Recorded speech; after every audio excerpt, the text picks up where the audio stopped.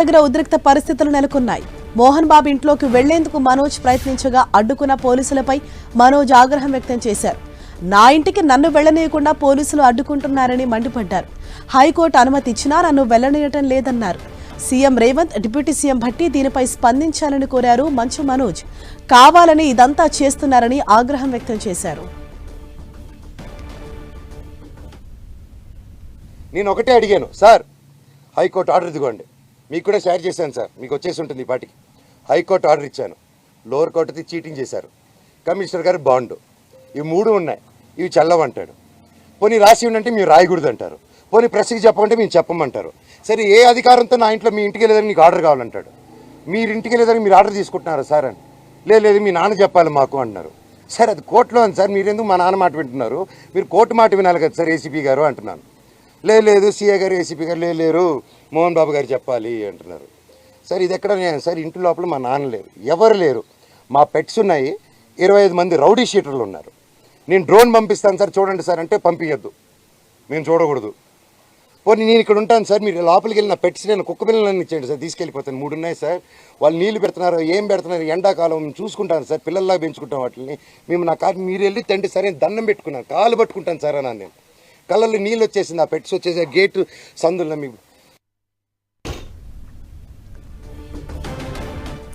అంతకుముందు మంచు మనోజ్ జల్పల్లిలోని మోహన్ బాబు నివాసానికి వెళ్లటం రచ్చరచ్చైంది. అయితే మనోజ్ను లోపలికి సిబ్బంది అనుమతించకపోవడంతో గేటు బయటే కూర్చొని మనోజ్ నిరసనకు దిగారు. మంచు మనోజ్ వస్తున్నారని తెలిసి పోలీసులు అలర్ట్ అయ్యారు. మోహన్ బాబు ఇంటికి పోలీసులు భారీగా చేరుకున్నారు. నిన్న మంచు మనోజ్ మరోసారి నార్సింగిలోని పోలీసుల్ని ఆశ్రయించారు.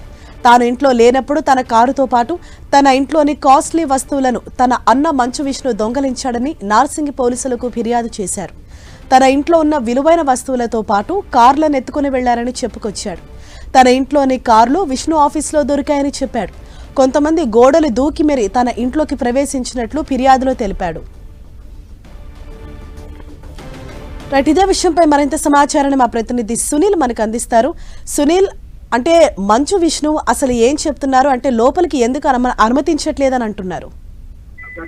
మంచు మనోజ్ కొద్దిసేపమే జల్పల్లిలో ఉన్నటువంటి తన నివాసానికి చేరుకున్నారు. అయితే లోపలికి ఎవరు అనుమతించలేదు అని మంచు మనోజ్ మీడియాతో మాట్లాడారు. ఇదంతా కూడా కావాలనే తన తన అన్నతో పాటు తన మోహన్ బాబు లోపలికి రానియకుండా తన ఇంట్లో కూడా తీసుకోకుండా అడ్డుపడుతున్నారు. కావాలని లోపలికి అనుమతి పోలీసులు సైతము తనను అడ్డుపడుతున్నారు. ఏప్రిల్ 1 నుంచి గతంలో జరిగిన వివాదాలు సంబంధించిన కూడా పోలీసులు కేసు నమోదు చేసినప్పటికీ ఇప్పటి వరకు కేసు ఒక్క ఛార్జ్ షీట్ కూడా పోలీసులు దాఖలు చేయలేదు. ఇప్పుడు ప్రస్తుతము వచ్చిన నేపథ్యంలో పోలీసులు అడ్డుకొని లోపల కూడా వెళ్లడం లేదంటూ కూడా మంచు మనోజ్ కొద్దిసేపమే ఇక్కడికి రావడం మీడియాతో మాట్లాడారు.